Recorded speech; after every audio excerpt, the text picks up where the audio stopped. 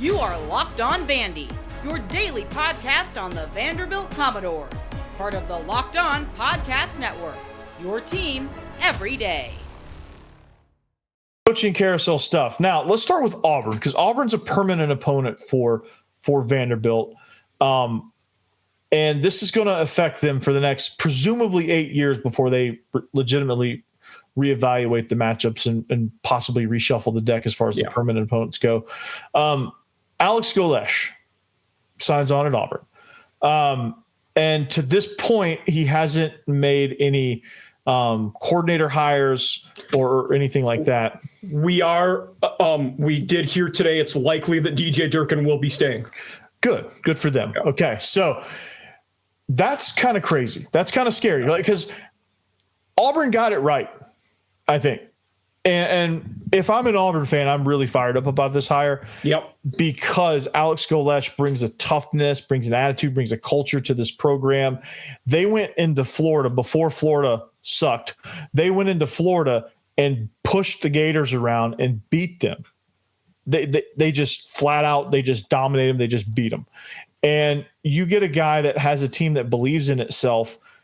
And sure, they ebbed and flowed, but like that's what that conference is all about. The American Conference is that type of conference where it's just super tough to navigate, and it's super tough to really win consistently when you have. It's like the SEC of the G5.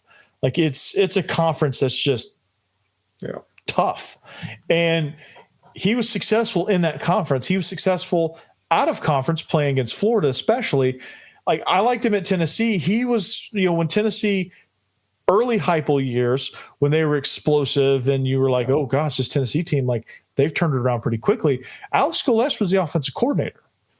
And let's not forget that he's been dynamic, and he's going to be great for Auburn, I think. And DJ Durkin stays. And if that holds up, that's dangerous. Yeah, I mean, you talked about the American Conference there being a gauntlet. The four top coaches in the American this year: Alex Golesh, now at Auburn; Eric Morris, now at North Texas; Jon Sumrall, now at Florida; Ryan Silverfield, now at Arkansas. I mean, it was a big offseason for the American coaches. Yeah, I mean, that's you talk about like. And you talk about a conference that has awareness. Eric Morris goes into the Big 12 at Oklahoma State. Yeah. You want to talk about a conference that knows what they are. Yeah. They know, hey, we're G5.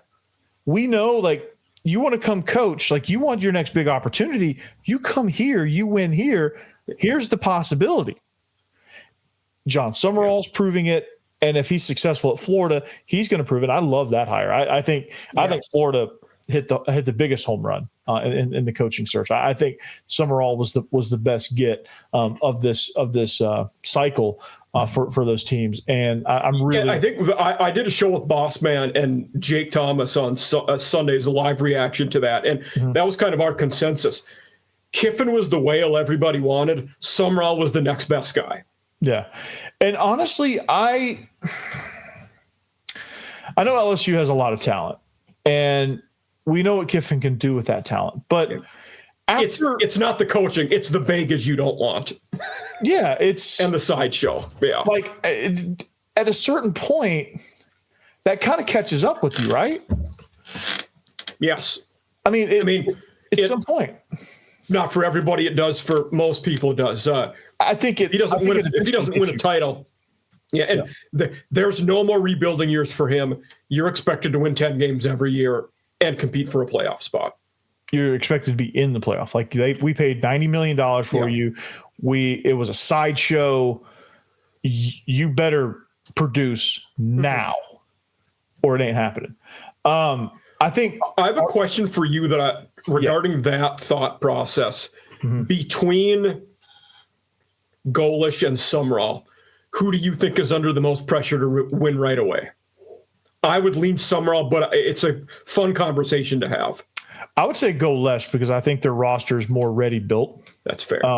With Cam Cole, I think if Golesh, I think he's going to have more pressure to win now, because I think he's going to have more pressure to win the roster over and not lose a bunch in the transfer portal. Because I think if he does that, I think you're going to start to see red flags go up. Yeah. But then that's not with Florida. Is that the same way with Lagway and Jaden Ball, though? I mean, you got to keep those guys there. You want to. Yeah, well, more so Ball, but I think the Florida fans could take or leave DJ Lagway at this point. Okay. And Florida has high expectations nonetheless, no matter what. The other big hire we had there, Brad White, Stoops' longtime DC at Kentucky. Yeah, he's going to Florida with Sumrall. Yeah, I love that. I think Brad White was a pivotal part at Kentucky. Absolutely. I think when you look at how Kentucky was built, their defense was like Iowa, like we talked about with the Bolt. Like Kentucky's defense was never the problem. You had Stoops, and then Stoops, like right-hand man, Brad White, I think really controlled how that defense played. And just the identity of that team was defense, physicality, that kind of thing, like ball hawking, turnovers, things like that. Like they were great pass rush. Yeah, they were a great havoc team. And I think you get the athletes you have at Florida. I think those guys, the more they learn about Brad White, they will be fired up to play for him. Yep. Now, there's a name out there for the offensive coordinator spot that I think if they land him, Florida is going to be sitting pretty, and that's Buster Faulkner. He's sitting there. He's one of the top 2 candidates for the offensive coordinator position. I think Florida has the money and the resources to be able to pull him away from Georgia Tech in what a lot of people would think is a lateral move. But when you put all of the factors in there, it's not lateral. It's slightly lateral. It's lateral in title. But I think you're getting back into the SEC. You're setting yourself up. In 2 years, you're going to have a really nice head coaching opportunity, granted that you succeed. And I think you get that combination of havoc defense and an offense that at Georgia Tech with Haynes King, who is a cast-off from Texas A&M, you get that kind of production with a talent like DJ Lagway, if you can keep him healthy, Jaden Ball, who Buster, as much dynamic stuff that he does, it's all based out of the run. It is. Yeah. You get a guy like that, man, like you become relevant quickly with those 2 hires. And that's why I think with head coaches, like if you don't get your coordinators right, it really sets you back. I agree. I mean, and we saw that. I mean, we've seen it in multiple ways, but my Gamecocks, Mike Shula set them back a ton this year, as an offensive coordinator.